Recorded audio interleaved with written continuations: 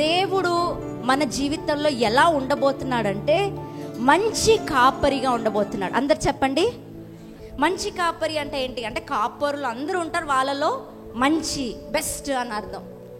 ఈ మంచి కాపరి ఏం చేస్తాడంటే చూడండి, యోహాను సువార్త 10వ అధ్యాయం 11వ వచనం. మంచి కాపరి ఏం చేస్తాడు మీరు చెప్తారా నోరు తెరిచి? ప్రాణం పెడతాడు. ఏంటి చెప్పండి, అందరు చెప్పండి. మంచి కాపరి ప్రాణం పెడతాడు. ఇలా ప్రాణం పెట్టాడు అన్న మాట మీరు చదవగానే మీకు మనసులో ఎవరు వస్తున్నారు? యేసయ్య వస్తున్నాడు. ఆయన మంచి కాపరి కాబట్టి గొర్రెలైన మన కొరకు ఆయన ఏం చేశాడంటే తన ప్రాణాన్ని పెట్టేశాడు. అందుకే మత్తయి సువార్త 26:28 చెప్తుంది. ఒకసారి చదవండి. ఇది నా రక్తము అనగా పాప క్షమాపణ నిమిత్తము అనేకుల కొరకు చిందింపబడిన నిబంధన రక్తము. ఎవరి రక్తము చెప్పండి? ఎవరి రక్తము చిందింపబడింది? యేసయ్య రక్తం. కాపరి ప్రాణం పెడతాడు, యేసు ప్రాణం పెట్టాడు. నిర్గమకాండం 34:7 ఉంది, ఆయన 1000 మందికి కృపను చూపును, దోషమును అపరాధమును పాపమును క్షమించును గాని ఆయన ఏమాత్రము దోషులను నిర్దోషులుగా ఎంచక 3-4 తరముల వరకు తండ్రుల దోషము కుమారుల మీదకిని కుమారుల కుమారుల మీదకిని రప్పించునని ప్రకటించాను. దేవుడు కృప చూపిస్తే 1000 తరాలకి కృప చూపిస్తాడు. ఏంటి చెప్పండి? కృప అంటే ఎన్ని తరం? 1000 తరం. నా తర్వాత 1000 తరాలంటే ఆలోచించుకోండి, ఎంతమంది ఆలోచించుకోండి. 1000 తరాలకి దేవుడు ఏం చేస్తాడు? కృపని చూపుతాడు. దేవుడు ఆ కుటుంబాన్ని విడిచిపెట్టలేదు. కొన్ని రోజులు శ్రమ పడ్డారు కానీ, కొన్ని రోజులు కష్టపడ్డారు కానీ దేవుడు వారిని విడిచి పెట్టలేదు. యేసే కోసం మనం ఏమి ధైర్యంగా చేసినా అందులో ఏముంటుందంటే ఆశీర్వాదం ఉంటుంది. కొంతమంది రహస్యంగా బాప్తిసం తీసుకుంటారు. వాళ్ళ కులం ఒప్పుకోదు, వాళ్ళ మతం ఒప్పుకోదు, ఇంట్లో తెలిస్తే చంపేస్తారు.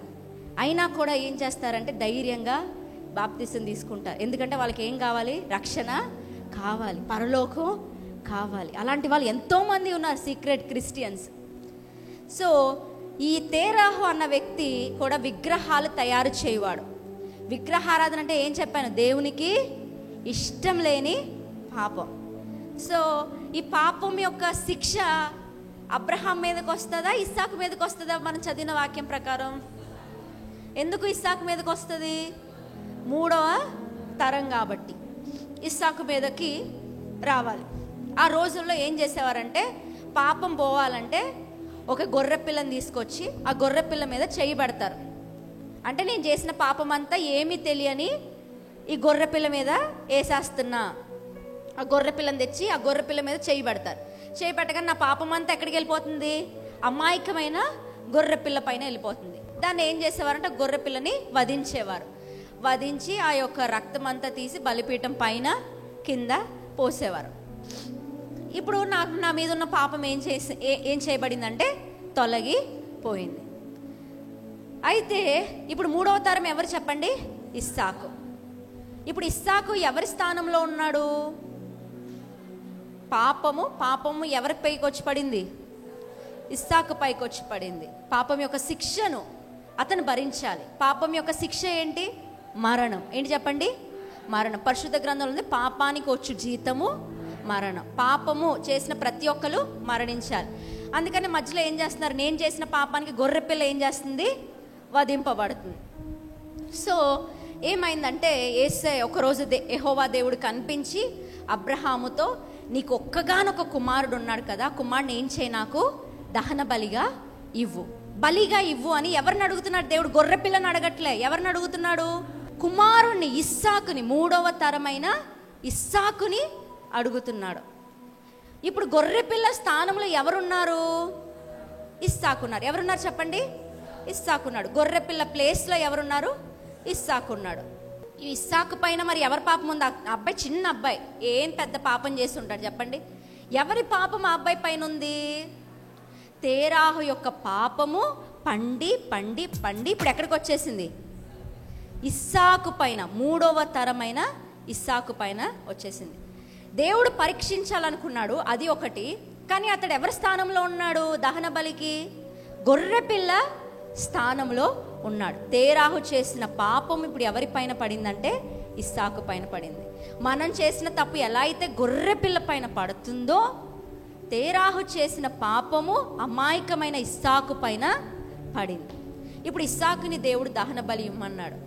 గొర్రెపిల్లని ఏం చేస్తాం చెప్పండి? బంధిస్తాం కదా, కాళ్ళు చేతులు కట్టి మనము బంధించి ఏం చేస్తాము? దేవునికి బలిగా ఇస్తాం. గొర్రెపిల్ల ఏంటి, నేను ఫ్రీగా ఉన్నాను రండి నన్ను బలి ఇవ్వండి అంటదా? అనదు. దాన్ని బలవంతంగా తీసుకెళ్ళి బంధిస్తారు.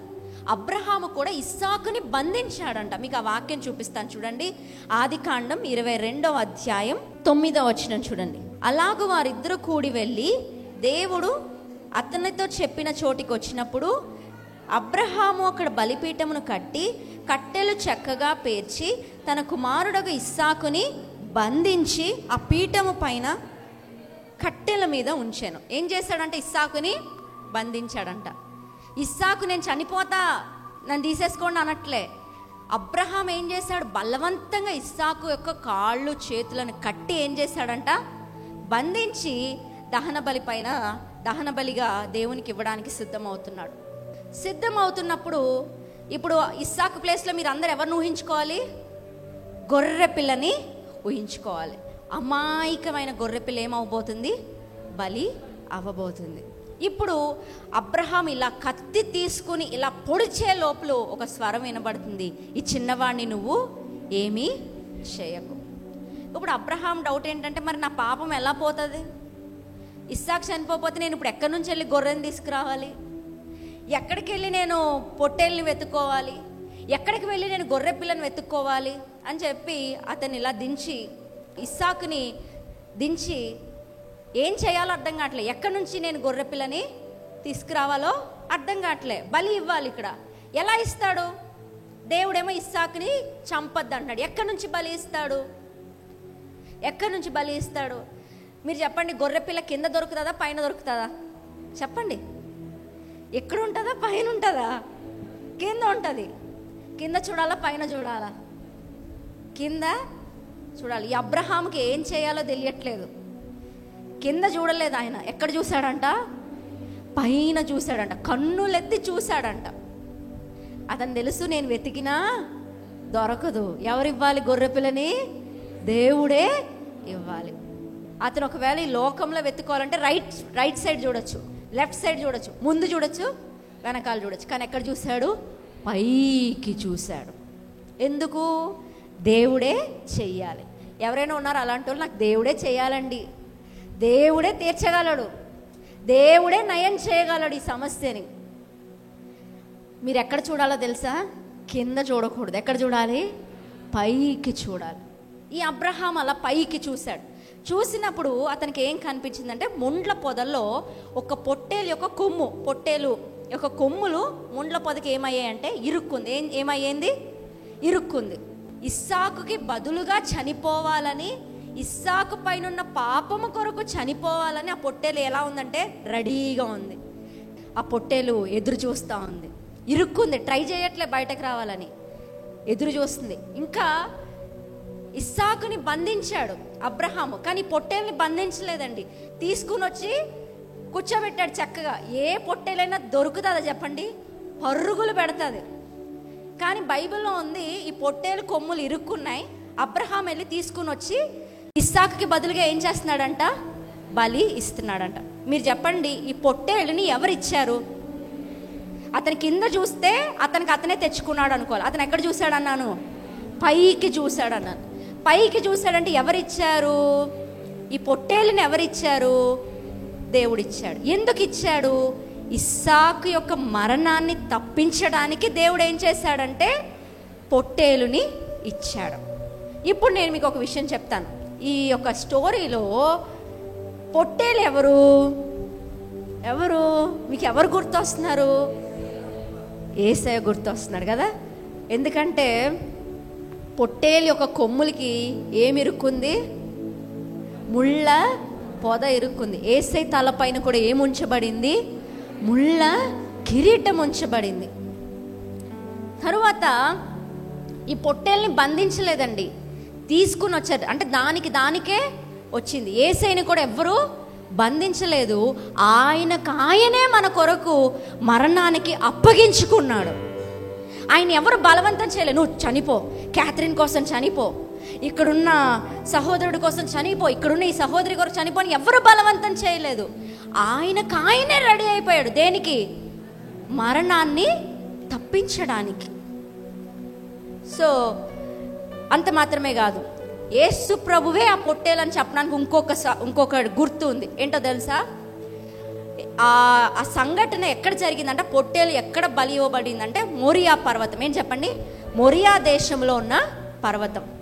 యేసు ప్రభు కూడా ఎక్కడ బలి ఇవ్వబడ్డాడు? ప్లెయిన్ ఏరియాలోన, కొండపైన. యేసు ఎక్కడ బలి ఇవ్వబడ్డాడు? గొల్గతా పైన. ఈ యొక్క పొట్టేలు ఎక్కడ బలి ఇవ్వబడింది? మోరియా పైన, మోరియా పర్వతం పైన. ఈ రెండు, గొల్గతా, మోరియా, ఈ రెండు ఒకే చోట ఉన్నాయి. మోరియా దేశంలో పర్వతములన్నీ ఎలా ఉంటాయంటే ఇలా బంచెస్గా ఉంటాయి. ఒక్కొక్క పర్వతం ఇలా ఉంటుంది. ఒక పర్వతం పైనేమో పొట్టేలు వధింపబడితే, అదే దేశంలో అక్కడే ఉన్న గొల్గతా పైన ఎవరు బలి ఇవ్వబడ్డారు? యేసు బలి ఇవ్వబడ్డాడు. సో అక్కడ పొట్టేలు కాదు, ఎవరు కనిపించారు? యేసు కనిపించాడు. తండ్రి అయిన దేవుడు ఇస్సాకు మరణాన్ని తప్పించడానికి పొట్టేలుని ఏం చేశాడు? ఇచ్చాడు. అదే తండ్రి అయిన దేవుడు యేసుని మన మరణాన్ని తప్పించడానికి ఇచ్చాడు. ఇప్పుడు ఇస్సాకు ఎవరు? మనము. మన పైన శాపము పని చెయ్యదు. ఎందుకు? యేసయ్య అను గొర్రెపిల్ల నీ కొరకు పర్వతం పైన వధింపబడింది. హల్లెలూయా. సో మీరు అనకూడదు, నా పైన మా అమ్మ నాన్న ఏ తప్పు చేశారో, మా ముత్తాతలు ఏ తప్పు చేశారో, నేను ఈ పేదరికంలో ఉన్నాను. కొంతమంది పిల్లలు అంటారు, మా నాన్న పోతూ నాకు అప్పుల బాధలు పెట్టాడండి బాబు, ఆయన చేసిన అప్పులు నేను తీర్చాల్సి వస్తుంది. మీ నాన్న యేసు నీకు అప్పుల బాధలు మిగిల్చి వెళ్ళలేదు, రోగాన్ని మిగిల్చి వెళ్ళలేదు, శాపాన్ని మిగిల్చి వెళ్ళలేదు. మీ నాన్న యేసు నీకు ఆశీర్వాదాన్ని, జీవాన్ని, ఆరోగ్యాన్ని అన్నిటినీ మిగిల్చి వెళ్ళాడు. హల్లెలూయా. నీకు దేవుడు సేకరించింది ఏంటంటే జీవము, నిత్య జీవము. సో పాత నిబంధనలోనే యేసు ఇలాగ ఒక రోజు మరణించబోతున్నాడని దృష్టాంతంగా అబ్రహాము జీవితంలో ఈ సంఘటన ఏమైందంటే ప్రత్యక్షపరచబడింది. సో మీరు ఇక మీదట శాపములో బ్రతకరు.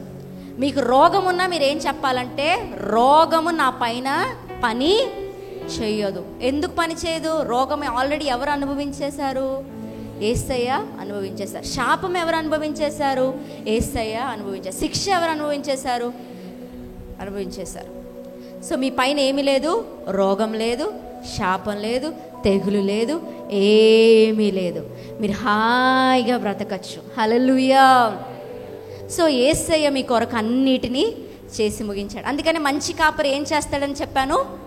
అందరు చెప్పండి, ప్రాణం పెడతాడు. ఈ అబ్రహాము ఈ దృశ్యాన్ని చూసి దేవునికి ఏమని పేరు పెట్టాడంటే యెహోవా ఈరే. దానికి అర్థం ఏంటి? యెహోవాయే చూచుకొను. దానికి ఇంకొక అర్థం ఏంటి? నేను చెయ్యాల్సింది దేవుడు చేస్తాడు. అందరు చెప్పండి, నేను చెయ్యాల్సింది దేవుడు చేస్తాడు. నేను కట్టాల్సిన ఇల్లు దేవుడు కడతాడు. మీరేమంటున్నారు? నేను చెయ్యాల్సింది మా బ్యాంక్ కోడ్ చేస్తాడు, నేను చెయ్యాల్సింది నా వ్యాపారం చేస్తుంది, నేను చెయ్యాల్సింది డాక్టర్ చేస్తాడు. డాక్టర్ దగ్గరికి వెళ్ళొద్దు అని నేను చెప్పట్లేదు. డాక్టర్ దగ్గరికి వెళ్ళినా కూడా నేను బాగు చేయాల్సింది ఎవరు? దేవుడే. కొంతమందికి మందులు పని చేయవంట, వాళ్ళని అంటారు మెడికల్ రెసిస్టెన్స్ అంటారు. వాళ్ళకి మెడిసిన్ పని చేయదు. ఆ మెడిసిన్ నీ దేహానికి పట్టాలని ఎవరు చేయాలి? బాగు చేయాలి, దేవుడే చేయాలి. సో మీరేం చెప్పాలంటే, నేను చెయ్యాల్సింది దేవుడు చేస్తాడు. మీరు అబ్రహాములా కాకుండా కింద చూస్తున్నారు. మీ ఆశీర్వాదం కింద లేదండి, పైన ఉంది. పైకి చూస్తే చాలు, అవి అన్నీ మీ పైకి వర్షములాగా కుమ్మరించబడతాయి. పైకి చూస్తే చాలు, వర్షములాగా కుమ్మరించబడతాయి. హల్లెలూయా. మంచి కాపరి ప్రాణం పెడతాడని చెప్పాను. ఇంకొక పని కూడా మంచి కాపరి చేస్తాడు. ఆ పని ఏంటో తెలుసా అండి? మంచి కాపరి అంట తన గొర్రెలకు అన్నిటినీ చూసుకుంటాడంట. ఏంటి చెప్పండి? నేను ప్రాణం పెట్టానండి, ఆ తర్వాత మీ బాధ మీరు పడండి. దేవుడు అలా చెప్పట్లేదు. నేను రక్తం కార్చా, నీకు నిత్య జీవం ఇచ్చాను, ఈ లోకంలో ఎన్ని కష్టాలు పడతావు నువ్వు పడు, నీ బాధ నీది, నీ దారి నువ్వు చూసుకో అని దేవుడు చెప్పట్లేదు. ఈ లోకంలో కూడా అన్నిటినీ నేనే చూసుకుంటా, అన్నిటినీ నేనే చూసుకుంటాను. అందుకని కీర్తనకారుడు దావీదు అంటున్నాడు, యెహోవా నాకు కాపరి, నాకు లేమి కలగదు. ఆయన నాకు కాపరిగా ఉన్నాడు కాబట్టి నాకు ఏం చేయట్లేదు, ఆయన ఏది తక్కువ చేయట్లేదు. ఈరోజు ఒక్క మాట చెప్తున్నాను, దేవుడు మీకు ఏది తక్కువ చేయడండి, ఏది తక్కువ చేయడు. మీ బిడ్డలకు దేవుడు ఏది తక్కువ చేయడు. మీరు నమ్మితే చాలు. హల్లెలూయా. అన్నిటిని దేవుడు తగిన సమయంలో ఇస్తాడు. హల్లెలూయా. సో కాపరి ఏం చేస్తున్నాడు? 2 పనులు చేస్తున్నాడు. ఒకటేంటి? అందరు చెప్పండి. ప్రాణం పెట్టాడు, అన్నిటినీ చూసుకుంటున్నాడు. మంచి కాపరి ఒక పక్కన పెట్టేసేయండి. ఇప్పుడు రెండవది ఏంటంటే, దేవుడు ఎవరో తెలుసా? మంచి సమరయుడు. అందరు చెప్పండి. యేసు ప్రభు వారు ఈ ఉపమానాన్ని చెప్తారు. చూడండి, ఈ ఉపమానం ఎక్కడ ఉందంటే లూకా సువార్త 10వ అధ్యాయం 30 నుంచి 36వ వచనం. యేసు ప్రభు వారు ఒక స్టోరీ చెప్తున్నారు, ఒక ఉపమానం చెప్తున్నారు. ఆ ఉపమానం ఏంటంటే, ఒక వ్యక్తి ఉన్నాడంట. ఆయన ఎక్కడికి వెళ్తున్నాడంట? యెరూషలేము నుండి ఎరికోకి వెళ్తున్నాడంట. అందరు చెప్పండి. యెరూషలేము, ఎరికో.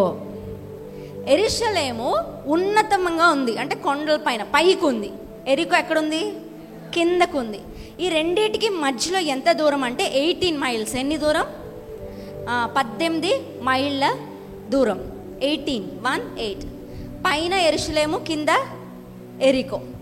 ఇప్పుడు ఈ యెరూషలేము నుండి ఎరికో వచ్చే దారి చాలా మౌంటైనియస్గా, అంటే మౌంటైన్స్ అంటే కొండలు, గుట్టలు, రప్పలు ఇవన్నీ ఉంటాయి.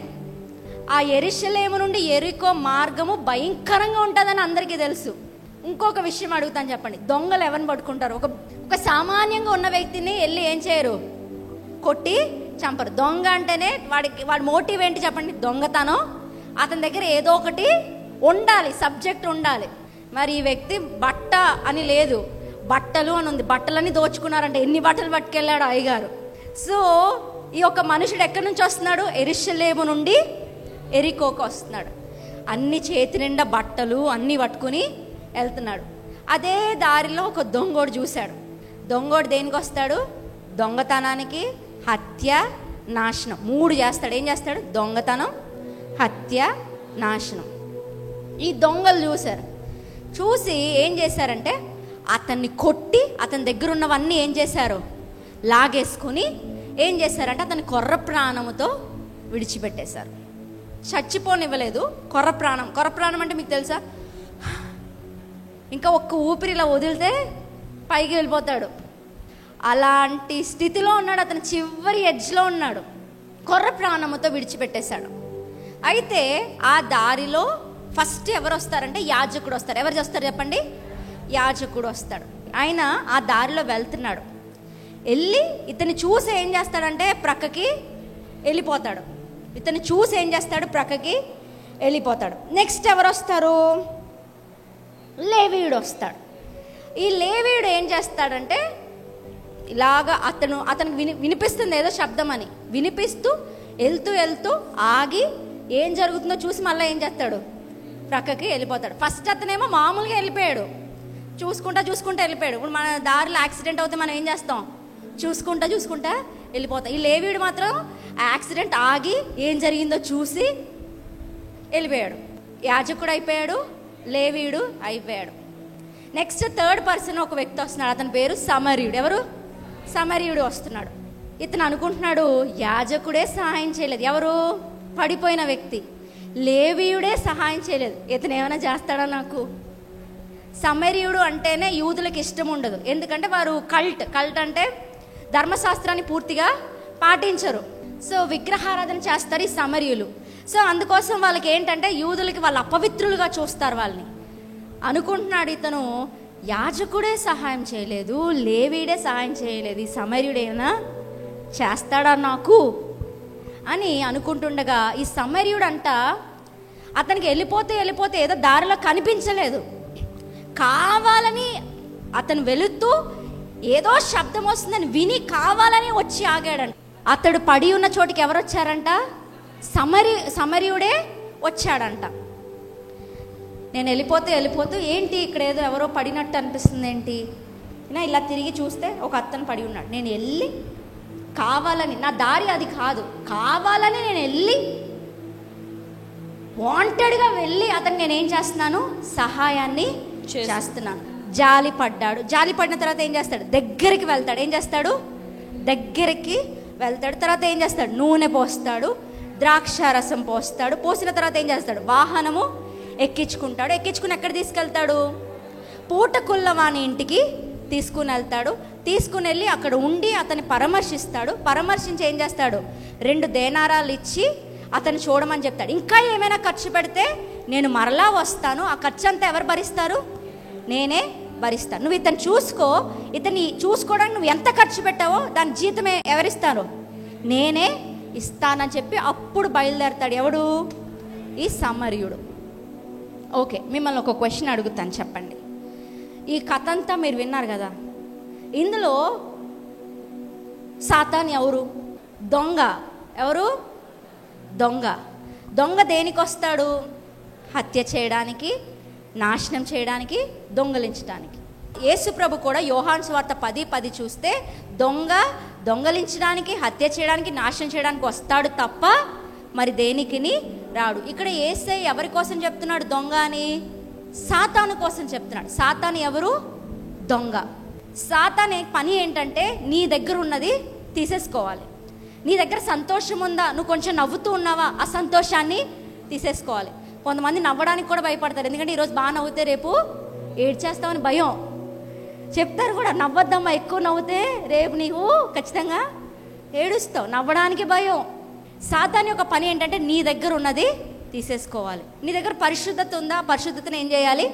తీసేసుకోవాలి. నీ దగ్గర ఆరోగ్యం ఉందా, ఆరోగ్యం ఏం చేయాలి? తీసేసుకోవాలి. నీ దగ్గర కొంచెం డబ్బులు ఉన్నాయి, చక్కగా నువ్వు సెటిల్డ్గా ఉన్నావు, ఏం చేయాలి? గుంజుకోవాలి, లాక్కోవాలి. నెమ్మదిని లాగేసుకోవాలి, అభిషేకాన్ని లాగేసుకోవాలి, దేవుడిచ్చిన కృపను, విశ్వాసాన్ని లాగేసుకోవాలి. ఫస్ట్ దొంగలించేస్తాడు, తర్వాత ఏం చేస్తాడు? కొట్టి మొత్తి మనల్ని ఏం చేస్తాడంటే చంపేస్తాడు. ఆత్మీయంగా అయినా చంపేస్తాడు, శారీరకంగా అయినా చంపేస్తాడు. మనకి ఎలా అనిపిస్తుంది అంటే నేను చచ్చినా ఒకటే, బ్రతికినా ఒకటే. కొంతమంది ఇక్కడ ఉన్నారు, సాతాను దెబ్బ కొట్టి కొట్టి కొట్టి మీ మానసిక స్థితి ఎలా ఉందంటే నేను చచ్చిపోతే బాగుండ్రా బాబు అనిపిస్తుంది. అంతటి మానసిక వేదనలో ఉన్నవారు ఇక్కడ ఉన్నారు. ఈరోజు నేను చెప్తున్నాను, నీ కోసం ఒక వ్యక్తి వస్తున్నాడు, నిన్ను రక్షించడానికి, నీకు సహాయం చేయడానికి ఒక వ్యక్తి ఉన్నాడు. ఆ వ్యక్తి యేసుక్రీస్తు. హల్లెలూయా. ఈ సాతాను దొంగిలిస్తూ ఉంటే యేసు ఏం చేస్తున్నాడంట? జీవాన్ని ఇస్తున్నాడంట, ఆరోగ్యాన్ని ఇస్తున్నాడంట, ఆశీర్వాదాన్ని ఇస్తున్నాడంట. సో ఇక్కడ దొంగ ఎవరు చెప్పండి మీరు? సాతాను. మరి కొట్టబడింది, మొత్తబడింది ఎవరు? దొంగల చేతిలో పడిన వ్యక్తి ఎవరు? మనము. ఎవరు? మనము. మన దగ్గర ఉన్నవన్నీ సాతాను లాగేసుకుని మనల్ని జీరోగా చేసేసాడు. ఇక్కడ కొంతమందిని సాతాను ఏమీ లేని వారిగా చేస్తాడు. ఒకప్పుడు మీకు అన్నీ ఉన్నాయి, ఇప్పుడు శూన్యతలో ఏమీ లేని వారిగా బ్రతుకుతున్నారు. సాతాను మీ దగ్గర అన్నీ లాగేసుకున్నాడేమో, సాతాను చేత కొట్టబడి కొర్ర ప్రాణంతో ఉన్నారేమో.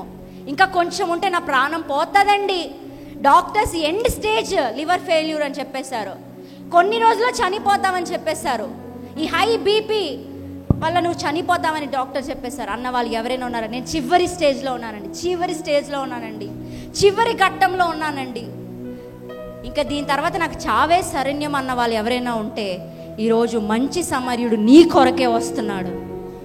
హల్లెలూయా.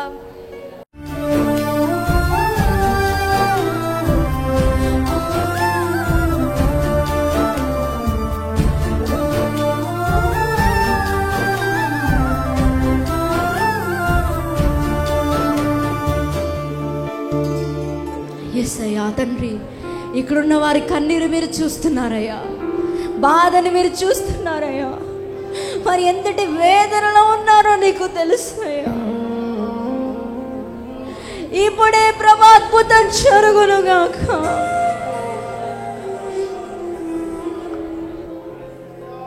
నీవు మంచి కాపరి అని, మంచి సమర్యుడని, మావన్నీ నువ్వే చూసుకుంటావని, మావన్నీ నువ్వే చేసావని, మావన్నీ నువ్వే చేస్తావని ఈరోజు నేను ప్రకటించానయ్యా. ఈరోజు ఎవరైతే ఈ స్థలంలో నిలబడి ఉన్నారో యేసు నామములో అద్భుతం జరుగునుగాక. మంచి సమర్యుడిగా, మంచి కాపరిగా, మంచి తండ్రిగా వారి జీవితంలో ప్రత్యక్షమవమని అడుగుతున్నానయ్యా. ప్రతి కాడి యేసు నామములో విరగొట్టబడునుగాక. అద్భుతం జరుగునుగాక. ఇప్పుడే ప్రతి కన్నీళ్లు సంతోషంగా మారునుగాక. నీ బిడ్డలకు మేలు చేయయ్యా, అద్భుతం చేయండి. యేసు నామములో అడుగుతున్నాం తండ్రి, ఆమేన్. వరంగల్లో దహించు అగ్ని సేవకుల సదస్సు ఏప్రిల్ 28వ తేదీన ఉదయం 10 గంటల నుండి ప్రారంభించబడును. ముఖ్య ప్రసంగికులు డాక్టర్ థామస్ గారు, దహించు అగ్ని మినిస్ట్రీస్ రాజమహేంద్రవరం. స్థలం new Jerusalem Baptist church, circuit house, life line hospital road, Warangal. మరిన్ని వివరాలకు 9494940072 మరియు 73. రాజమహేంద్రవరంలో దహించు అగ్ని సేవకుల కూడిక ఏప్రిల్ 29వ తేదీన ఉదయం 10 గంటల నుండి ప్రారంభించబడును. ముఖ్య ప్రసంగికులు డాక్టర్ థామస్ గారు, దహించు అగ్ని మినిస్ట్రీస్ రాజమహేంద్రవరం. స్థలం దహించు అగ్ని ఆడిటోరియం, నటరాజ్ థియేటర్, రాజమహేంద్రవరం. మరిన్ని వివరాలకు 9494940072 మరియు 73. రాజమహేంద్రవరంలో దహించు అగ్ని అభిషేక ఆదివారపు ఆరాధన ఇప్పుడు ప్రతి ఆదివారం ఉదయం 9:30 నుండి ప్రారంభించబడును. తప్పక పాలు పొందండి, దైవిక ఆశీర్వాదం పొందండి. స్థలం దహించు అగ్ని ఆడిటోరియం, నటరాజ్ థియేటర్, రాజమహేంద్రవరం. మీ ప్రార్థన అవసరతలకు 9494940072 మరియు 73.